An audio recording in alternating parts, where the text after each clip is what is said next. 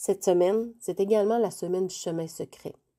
Elle met en lumière le destin tragique du jeune Shani Wanjak, qui est passé dans le monde des esprits alors qu'il fuyait du pensionnat autochtone Cecilia Jeffrey en Ontario, à plus de 600 km de chez lui en octobre 1966.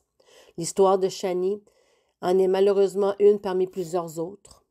La semaine du chemin secret est une initiative qui donne espoir que les relations entraide autochtones-allochtones peuvent être améliorées et que chaque enfant autochtone a droit aux mêmes conditions de réussite que les autres. Prions en cette semaine du chemin secret. Parents divins, en cette semaine du chemin secret, veille sur le Shani Wanjak et sur Gord Donui, qui sont passés dans le monde des esprits dans des conditions très différentes, l'un de l'autre, malgré la distance culturelle, sociale et économique qui les sépare. Les gestes de vérité et de réconciliation les ont rapprochés.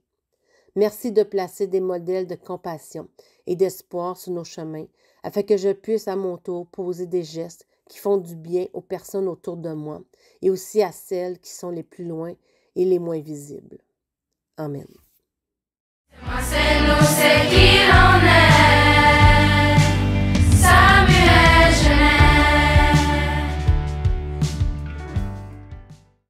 Bonjour Laser, cette semaine, c'est la semaine des réductions des déchets. C'est quoi la semaine des réductions des déchets? Eh bien, c'est cette semaine où nous prenons soin de l'environnement et nous réduisons les déchets.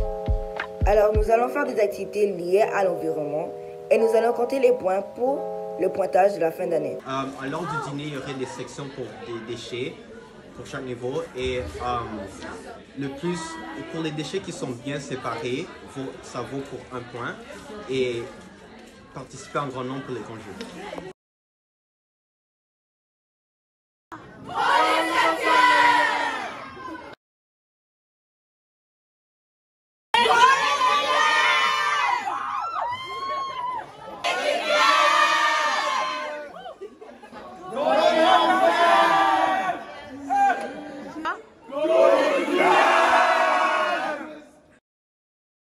Le vote étudiant s'en vient.